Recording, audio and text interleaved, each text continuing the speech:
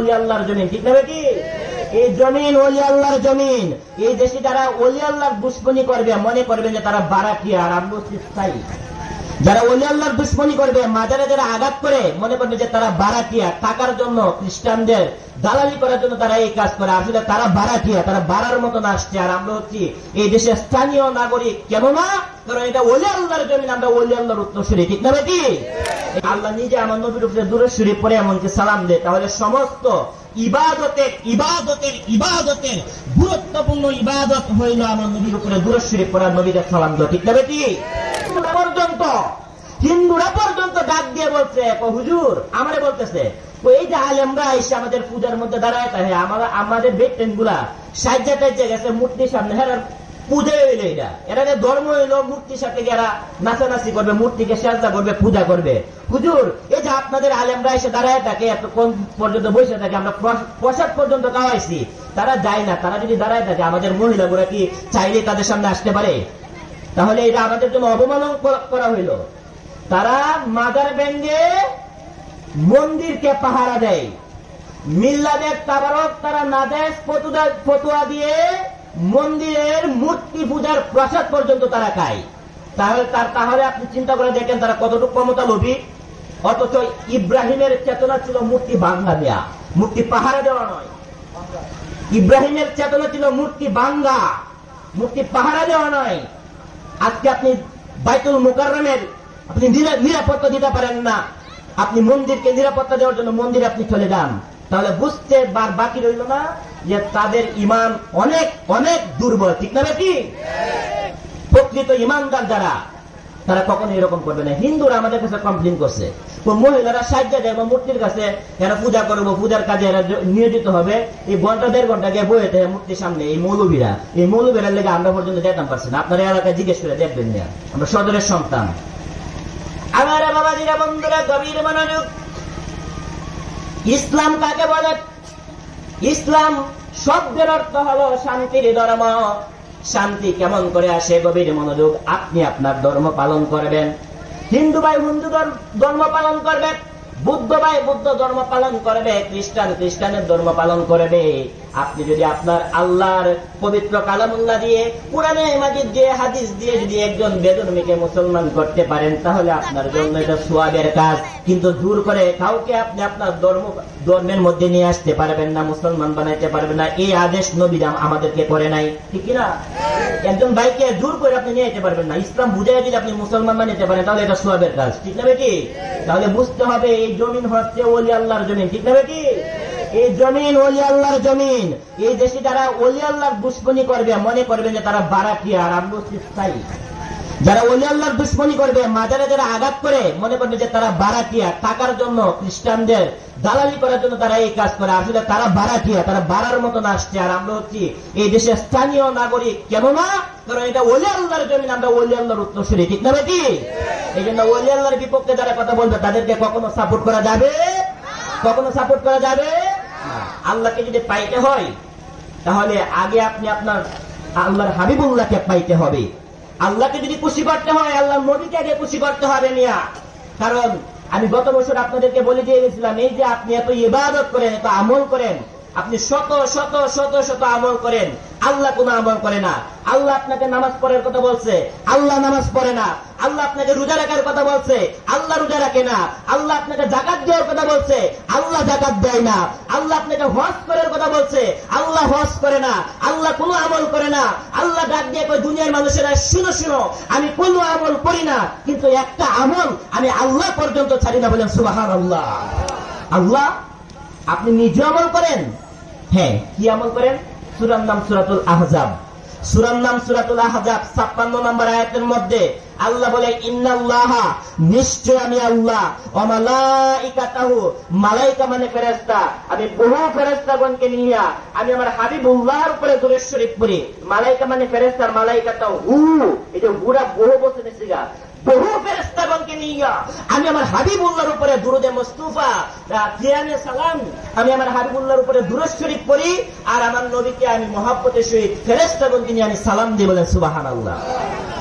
তাহলে বোঝা গেল আল্লাহ নিজে একটা আমল করে, ওই আমলটা হচ্ছে আল্লাহ নিজে আমার নবীর উপরে দুরূদ শরীফ পড়ে এমনকি সালাম দেয়। তাহলে সমস্ত ইবাদতের ইবাদতের ইবাদতের গুরুত্বপূর্ণ ইবাদত হইল আমার নবীর উপরে দুরূদ শরীফ পড়া, নবীকে সালাম দেওয়া। ঠিক না বেটি? আপনি নামাজ পড়েন, সমস্যা নাই, কিন্তু নামাজের থেকে গুরুত্বপূর্ণ ইবাদত হলো যে ইবাদতটা স্বয়ং আমার আল্লাহ করে।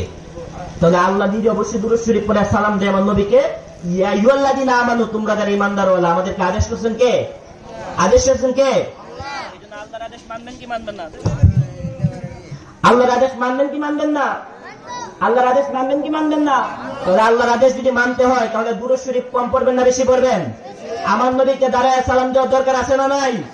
আদেশ করছেন কে? আদেশ করছেন কে? আর যাদের কোমরের মধ্যে টিউমার হয়েছে, যারা দাঁড়ায় সালাম দিতে পারে না, তাদের বিরুদ্ধে আমাদের কোনো অভিযোগ নাই। কিন্তু আমরা যারা দাঁড়ায় মিলাদ কিয়াম করি সালাম দেই, আমাদেরকে বাধা দেওয়ার অধিকার তোমাদের। আমার নবী কেমন নবী? আমার নবীর শানে যদি কিঞ্চিত পরিমাণ আপনার ঈমানের ত্রুটি থাকে, নবীর প্রতি যদি আপনার মহব্বত কিঞ্চিত পরিমাণ কম থাকে, আপনার ঈমান ঠিক থাকবে না। আমার নবী এমন নবী, গভীর মনোযোগ, এমন একজন নবীর উম্মত হিসাবে আপনি আমি দুনিয়াতে আসলাম, যে নবী হাসরের ময়দানে সমস্ত নবী ধরে নবী পর্যন্ত হয়ে যাবেন। সমস্ত নবীদের নবী, সমস্ত ওলিদের কুল কায়নাতের বাদশার যিনি আসে, তারও নবী, আমাদের সকলের নবী, আল্লাহর হাবিব দু জাহানের বাদশা নবী হাসরের ময়দানে ক্ষমতা পাইবেন। সুপারিশ করার দায়িত্ব আল্লাহ পাক রব্বুল আলামিন আমার নবীকে দিয়ে দিবেন। ওই সমস্ত আলেমরা, ওই সমস্ত জালেমরা, ওই সমস্ত মানুষ যারা আমার নবীর সামনে কটূক্তি করলো, তারা ওই দিন সুপারিশের আশা আমার নবীর সামনে করতে পারবে না। নবী তাদেরকে সুপারিশ করবে যাদের প্রতি নবীর টান ছিল, মহব্বত ছিল, ভালোবাসা ছিল। ঠিক কিনা? এই জন্য নবীর সামনে আমাদের মহব্বত দরকার আছে না নাই? মহব্বত দরকার আছে না নাই?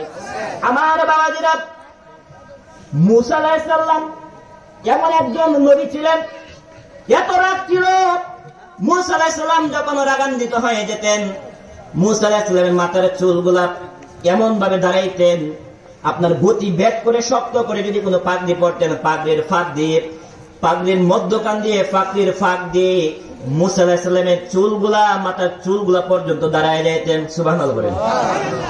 এমন একজন নবী ছিলেন মূসা, যে মূসা আলাইহিস সালাম চাইলে তুর পাহাড়ে যাইতেন, রব্বে কারিমের সাথে কথা বলতে পারতেন। এমন এক নবী ছিলেন মূসা, যে মূসা আলাইহিস সালাম আজরাইলকে একটা তাপ্পর মেরেছিলেন। এই মূসার একজন উম্মত ছিল, একজন পণ্ডিত ছিল, নাম হইল হারেস। মূসা নবী একজন পণ্ডিত। মূসা আলাইহিস সালামের উপরে যে কিতাব নাযিল হয়েছে, ওই কিতাবের নাম হলো তাওরাত। তাওরাত কিতাব নাযিল হয়েছে মূসা আলাইহিস সালামের উপরে। ওই তাওরাত কিতাবের পণ্ডিত, হাফেজ, কোরআনের হাফেজ অনেক ছাত্র পাওয়া যায় না? আমাদের এলমগিরি ফিসাববাড়ির যে রফিক ভাই, তার মাদ্রাসার যে মাদ্রাসা আছে, মাদ্রাসার মধ্যে হাফেজ ছাত্র আছে না? এই হাফেজ যেভাবে আপনার কোরআনে মাজিদ মুখস্থ করে, প্রুরস্থ করে, তাওরাত কিতাবের সময় তাওরাত কিতাব এরকম মুখস্থ করত। তো ওই লোকের নাম ছিল আপনার হারেস, মূসা নবীর উম্মত। সে একদিন তাওরাত কিতাব পড়তেছে, গবেষক মানুষ তো, খুব জ্ঞানী ছিলেন। সে তাওরাত কিতাব বের করে দেখি যে কিতাব হলো মূসা নবীর কিতাব। এই তাওরাত কিতাবের মধ্যে শুধু আমার নবী দু জাহানের বাদশা নবীর নাম পাওয়া যায়। সুবহানাল্লাহ। উনি আশ্চর্য হইলেন, আল্লাহ গো, কিতাব আমার নবী মূসা নবীর কিতাব, কিন্তু আখিরি নবী, দয়াল নবী, মায়ার নবী, নূরের নবীর নাম শুধু পাওয়া যায়।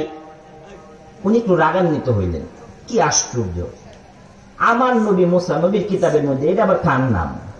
উনি তখনও বুঝতেন না। লাল কলম নিলেন, লাল কলম নিয়ে তাওরাত কিতাবের মধ্যে যত জায়গায় আমার নবীর নাম পাওয়া যায়, একটা একটা একটা একটা করে তাওরাত কিতাব থেকে নূরের নবীর নামগুলা কেটে দিচ্ছিল। কিতাবের মধ্যে আসলো, নবীর নাম যখন 32টা নাম কাটলো, 33 নম্বরের নাম যখন মুহাম্মদের নামটা কেটে দিবে, আল্লাহর পেয়ারা দুস্থ হাবিবুল্লাহ, নূরের নবী, দয়াল নবী শেষ নামটা কাটার সাথে সাথে ওই হারেস আর হারেস থাকলো না, হারেস গুই সাপের মতন বড় আকার ধারণ করে, বলে নাউজুবিল্লাহ। গুই সাপের আকার ধারণ করে ফেললো, সে আর মানুষ নাই, বডিটা তার সাপে পরিণত হয়ে গেল। আশ্চর্য হয়ে গেলেন। হারেস তাকাইয়া দেখে মানুষের আকৃতি তার মধ্যে নাই। আল্লাহ, আল্লাহ গো, আমার তো মানুষের আকৃতি ছিল, আল্লাহ কেমন করে আমার আকৃতি চেঞ্জ হয়ে গেল। ওনার আর বুঝতে বাকি নাই, যেহেতু পণ্ডিত জ্ঞানী মানুষ তো বুঝতে আর বাকি নাই, নামগুলা কাটার সাথে সাথে যে